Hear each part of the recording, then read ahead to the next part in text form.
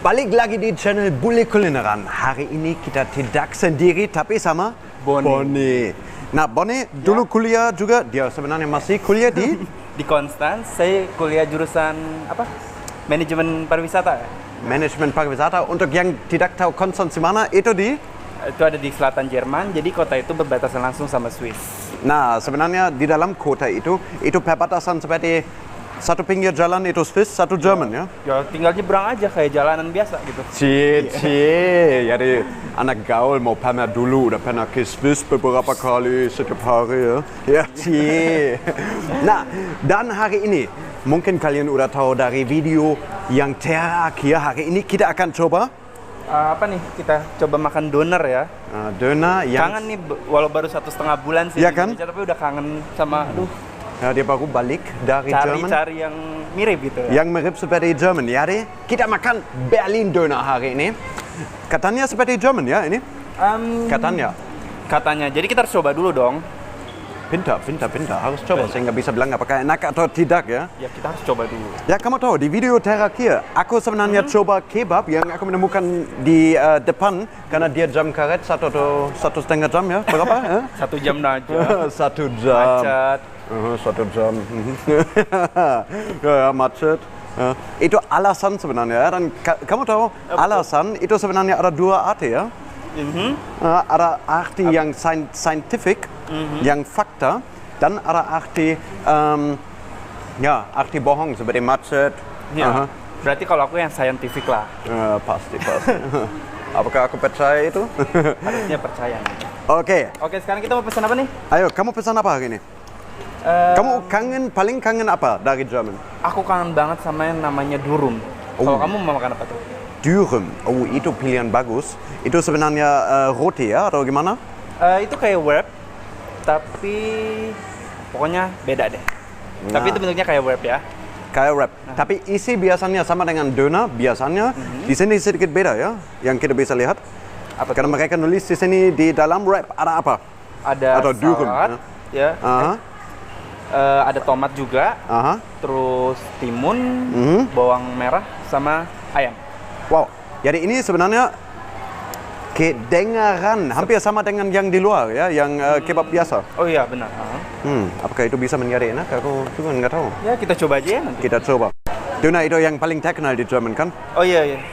Doner itu yang pakai roti ya. Kalau durum itu yang pakai apa itu namanya? Seperti tortilla tapi sedikit beda ya. Iya, benar. Jadi kamu pesen yang wrap. Oke, kita aja pesen 2 hal yang berbeda ya sekarang ya. Oke, boleh. Yaudah, aku sekarang mau pesen wrap atau durum doner ya. Dan doner. Dan kita akan lihat apakah durum dan doner ini bisa mengalahkan kebab yang biasa di Indonesia. Ayo. Dan apakah rasanya sama nih sama yang di Jerman, Aike? Soalnya kan orang-orang yang udah pernah tinggal di Jerman pasti penasaran dong. Ya, dan kangen nih sama durum, kangen nih sama doner gitu. Jadi ya, mau tahu nih rasanya gimana ya? Ya, itu sangat benar. Apalagi aku aku udah lama di sini kan, dan aku sangat kangen kebab. Kamu kapan terakhir ke Jerman? Terakhir ke Jerman ya tahun lalu. Jadi udah cukup lama, juga tidak makan kebab. Sayang sekali. Ayo kita pesan dulu dan lihat makanannya kelihatan gimana ya. Boleh. Ayo. Udah lapar nih.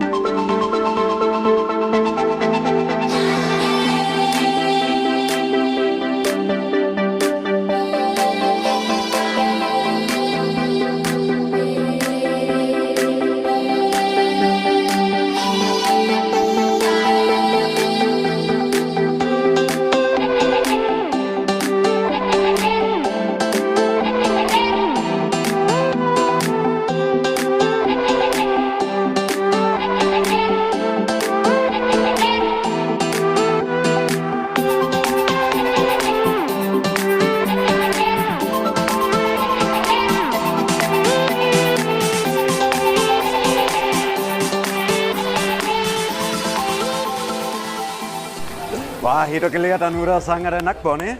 Wow. Kamu masih bisa sabar? Ya, aduh. Wow, lihat ini. Oh my god. Kita tunjukkan dulu. Bisa lihat Apa? ini. Oh, ini doner ya? Doner, Ini ya? Doner, yang ini durum. Durum memang kelihatan seperti Wrap biasanya wrap ya. biasa. Dari luar. Dari luar. Dari luar. Ini punya kamu ya. Oke. Dan ini asik punya aku. Wow. Wah, tapi roti ini kelihatan hampir seperti German ya. Oh iya benar. Wah, lihat ini. Wah. Aku mau intip dulu. Pakai jalapeno ini. Pakai jalapeno. Pakai jalapeno. Kelihatan enak ini. Wow. Ya, ini dari visual ya, kelihatan seperti German. Dan sekarang kita cek dulu. Dia seperti ini Natal dan seperti apa? Bungkus cantik itu, dia nggak mau merusakkan itu ya. Udah lapar ya. Sekarang dia mau merusakkannya. Oh, sekarang dia menyari lapar. Wah. Nah, ini sebenarnya kelihatan seperti di video terakhir. Ya. Durum di sini ya, bukan durum, tapi yang mereka jual juga di pinggir jalan di sini. Yang tadi mereka pakai tortilla untuk di luar. Kalau ini pakai apa nih? Nggak tahu, pakai tortilla atau pakai mungkin roti bikin sendiri? Oh iya. Mungkin, kita nggak tahu. Wah, kelihatan bagus kan? Tapi mirip dengan yang di luar. Tapi wanginya, aroma? Oh my tapi god. beda ya. Itu beda. Ini enak. Wow. Oke, kamu siap? Aku nggak siap. Siap. Kamu tidak siap untuk Battle of the Kebab? Oh my god. Cobain ya. Ini boleh makan pelepotan itu nggak apa-apa. Ayo kita coba. Sama makan. Cheers. Yes.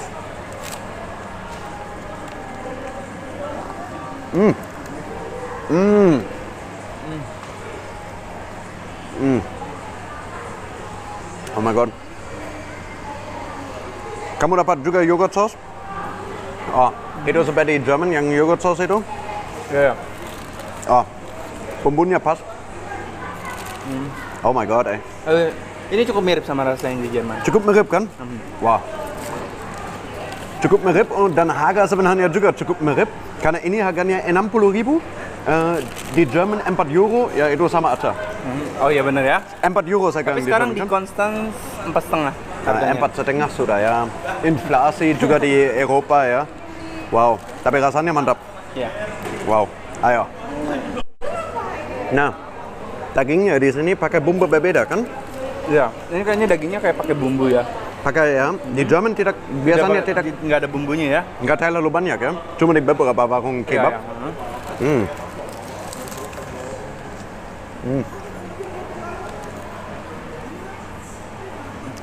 Kita dapat yogurt sauce. Itu biasanya dengan garlic, tapi di sini mereka juga pakai saus garlic. Jadi aku nggak tahu.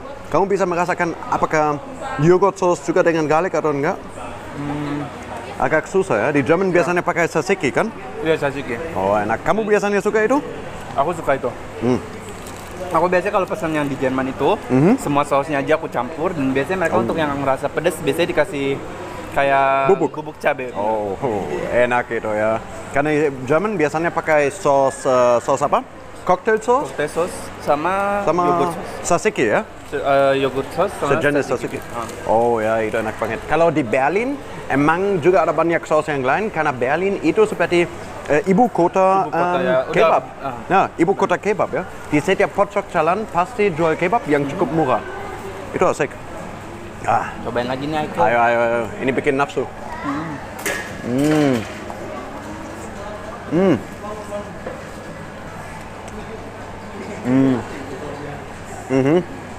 Oh.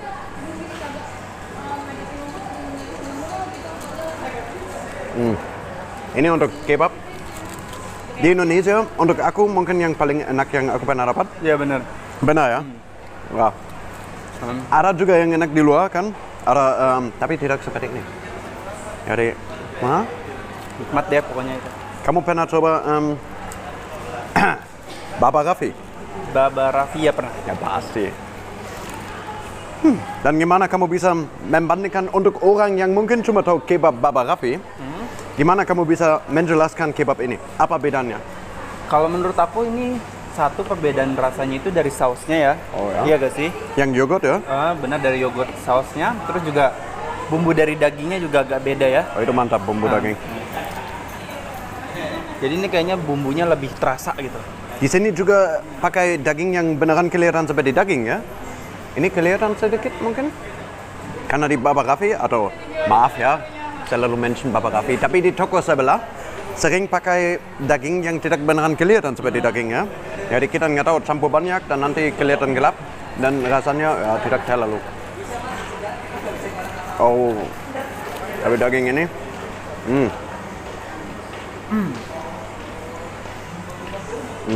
Tapi ini daging ayam atau sapi? Ayam. Ayam. Ya. Nggak pakai sapi lagi, karena dulu mereka juga jual sapi, aku tahu. Ya. Ya. Ya, aku mau ceritain ini pengalaman aku pertama kali waktu makan doner di Jerman. Oh ya, ya. Jadi waktu itu aku September ya, sampai di Jerman untuk pertama kali.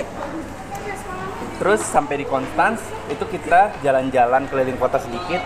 Diajaklah sama temen nih untuk yuk cobain doner gitu. Itu pertama kali aku kesana. Emang sih dari segi ukurannya juga udah beda ya. Kalau di Jerman itu kalau nggak salah, coba sebentar. Aku tuh segenggam gini gitu. Kalau Ya, makan durum gitu. Oh, dan itu beneran gede banget ya. Iya, itu gede banget. Itu aku untuk pertama kali makan di situ, aku nggak habis. Tapi setelah sering makan durum ya, jadi habis gitu. Tapi orang Indonesia di sana sering bagi satu kebab kan? Aku Biasanya lihat mereka itu. dibagi dua kalau beli. Kalau belum biasa dengan kebab ya. Ya, tapi kalau udah biasa mah cut semua. Ya, kalau orang Jerman satu kebab biasanya kenyang. Ya kenyang banget biasanya karena gede dan ya. Tapi orang Indonesia beneran aku lihat itu sering di Konstanz mereka benar-benar bagi kebabnya untuk 2 orang. Tapi emang itu juga lebih hemat ya. Ya. Karena emang 4 euro di sana ya. Kalau setiap hari mengeluarkan 60.000 cuma untuk kebab. Aduh, mau gimana lagi? Mahasiswa kan. Ya, mahasiswa. Nah.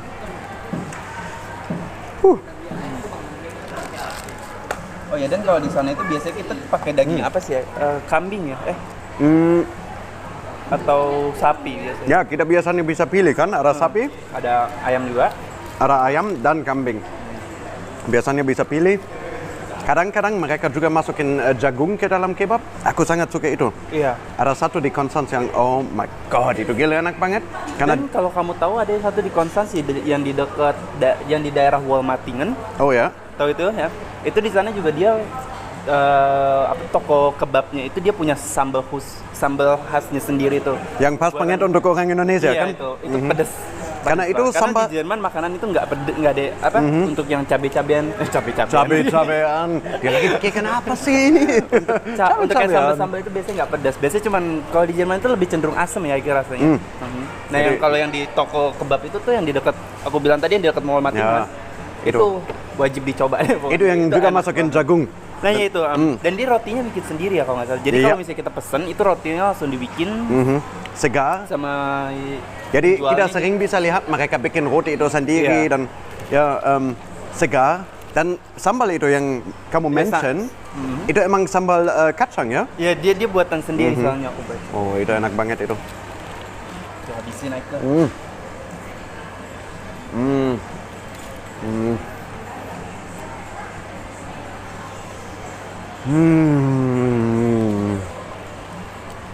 Ini bisa dimention surga di dunia ini di Jakarta untuk makan kebab.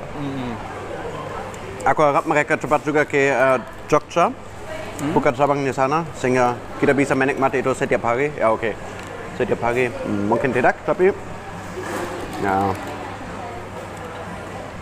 wow. Atau minimal sebulan sekali ya itu ya.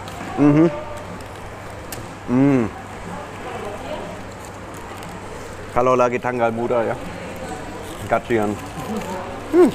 Tapi enak banget ini. Di sini juga ada Döner Box ya. Kamu bisa jelaskan Döner Box itu sebenarnya apa? Kalau di Jerman. Kalau Döner Box itu biasanya kalau di Jerman biasanya dia isinya French fries, Oh. terus pakai daging doner, terus biasanya itu dikasih yogurt sauce sama cocktail sauce ya. Itu enak juga. Itu enak ya. Buat orang yang nggak suka sayur, bisa pesen itu aja. Ya, ya. Padahal kentang goreng sebenarnya juga sayur ya. Sebenarnya, tapi oke, maaf ya. Aku sok tahu ya. Sok pintar. Tapi itu juga enak banget dan aku pernah dengar di sini juga sangat enak. Ya. Kalau di Jerman itu emang makanan paling murah sebenarnya ya di pinggir jalan. Ini makanan mahasiswa biasanya, Ike. Kita sangat sering makan itu rame-rame. Oh ya, itu asik. Ya 4 euro emang di sini mahal, di sana juga mahal, tapi itu makanan paling murah. Jadi karena itu di Jerman kita biasanya dipaksa masak di rumah ya. Kamu sebelum ke Jerman kamu sudah bisa masak? Masak air bisa, Ike. Oh oke. Masak Indomie bisa. Masak Indomie bisa juga. Tapi habis kamu pulang dari Jerman, kamu menjadi pintar masak atau enggak? Wah, jadi kreatif kalau untuk masak mah. Iya, ya emang karena dipaksa kan? Iya. Karena mahal Kalau banget misalnya loh. kita makan di luar terus, aduh, Mahal berat tuh. Nah, ya. Untunglah ada Indomie.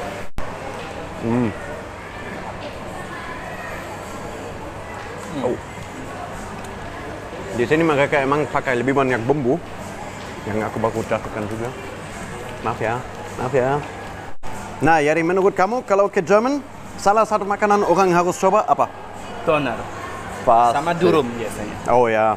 Jadi durum itu yang panjang dan doner yang ini Ini yang durum dalam yang roti. aku makan tadi, yang kayak wrap ya. Kalau ini yang pakai roti tuh Tapi doner. ya aku pikir salah satu keuntungan dari durum itu emang bahwa kita kalau gigit langsung bisa merasakan semua ya dengan satu Iya. gigit.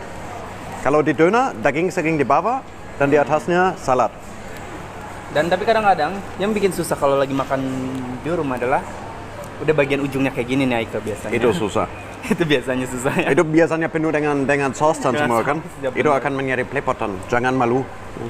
Ya, Hmm. kita sikat lagi.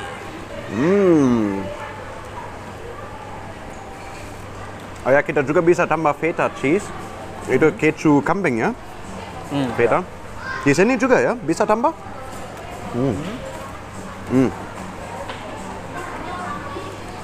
Dagingnya enak banget beneran. Oke.